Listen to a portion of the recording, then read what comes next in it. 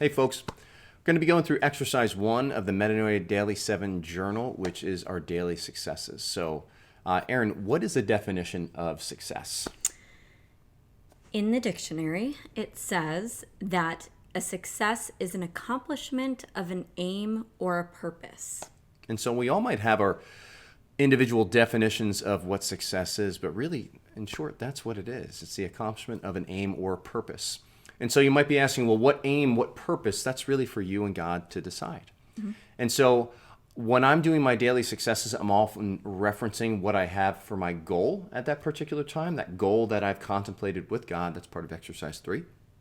And I'm referencing that and how have I made progress towards that goal. All right, that's one way.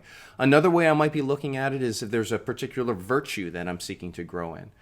I might look and see, okay, in the last 24 hours, how has that virtue shown up in my actions or my thoughts and in my behaviors or in my emotions? An example that I have is actually from, just a young father, right? And I'm looking to spend more time with my daughter. And so for a while, my journaling was actually looking back at particularly how often I danced or sang with my 2-year-old daughter. That was just a way that I saw that it was being very present with her in a very specific sort of way. And so eventually, the more I did that, I would start to acknowledge when I did in the past, and then I'd be consciously looking for opportunities to do it throughout the course of the day beyond that point. And so it's really about reflecting on the story that you want to be telling with your life. And it's very easy for us to look back and see the negatives. I think nowadays we want to be very deliberate with looking back and seeing the positive spin. Where has God's grace specifically shown up in our lives? And if you're familiar with St. Ignatian's Examen prayer, this is going to sound pretty familiar. But St. Paul, in his letter to the Philippians, says, finally, brethren, whatever is true, whatever is honorable, whatever is just, whatever is pure, whatever is lovely, whatever is gracious, if there's any excellence and if there is anything worthy of praise, think about these things. And so when we're reflecting back on those successes in our lives, where God has shown up, where we've participated in God's grace, that's exactly what we're doing. We're following St. Paul's word there.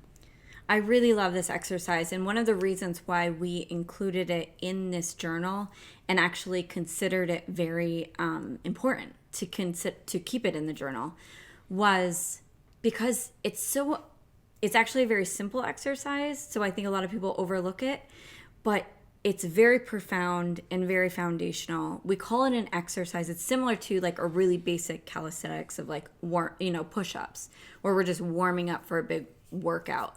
But it's very necessary.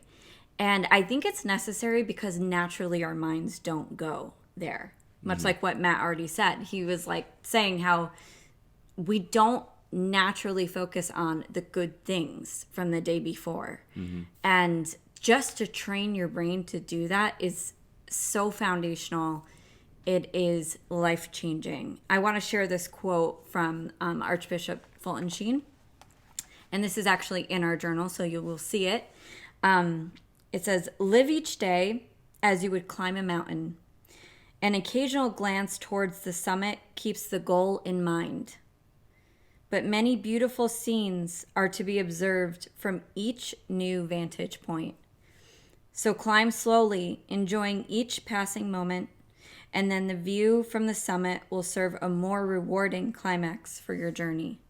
That's what this exercise does. It helps you actually appreciate the journey there towards the goal.